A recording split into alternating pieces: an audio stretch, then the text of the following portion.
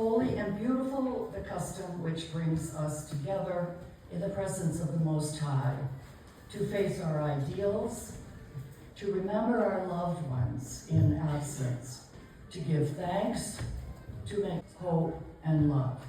Let all our hearts prepare. See those little digital packets or our spiritual core the same way you and I are seeing each other, or one might see the core of an apple, say, unless you cut or bite into it, which don't do right now. And greet my beloved brother Mark. Poor at Temple Isaiah, they parade this defiled Torah to the altar very quietly, and the day's portion is read from that no longer sacred piece of parchment. And I will tell you that even speaking of it, that event never fails to move me enormously. And Bob was not a routine attender of services. He continues, and yet I could never relate to the other parts of the ritual, but at the same time here, in the UU church, I miss the ritual quality of what I might find in the temple. So I find myself in a constant struggle with what I don't know how to define in my inner life. So, he challenged us, go wrestle with that. There were never, in those days, enough hours in the day or the night. I never missed a chance to do 2 or even sometimes 3 things at once. In this case, those things included jogging with Holly, while also engaging in whatever form of meditation or prayer I currently had going. Seriously, I remember this.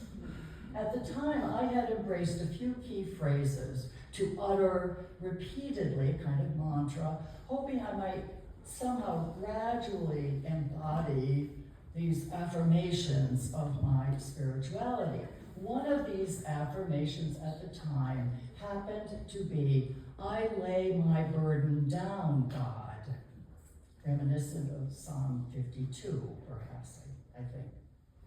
Repeating, I lay my burden down over and over, while at the same time jogging and trying to keep an eye on Holly as she dashed in and out of the woods. I came up and over to the downside of a small rise on this very gravelly road and was suddenly aligned with the unseen order of gravity. My left foot, and I remember it was my left foot and leg skidded forward on the gravel, out from under me, and boom, there I was, sitting in the middle of the road. I had indeed embodied laying my burden down, namely myself. Something has spoken to me in the night and told me that I shall die.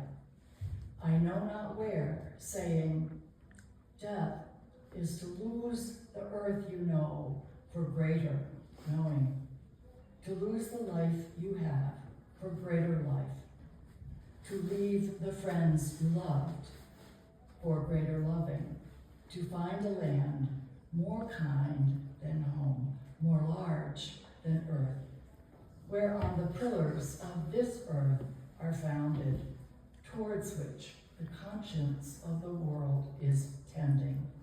The wind is rising and the rivers flow. May it be so for each and all of us now and in all the days to come.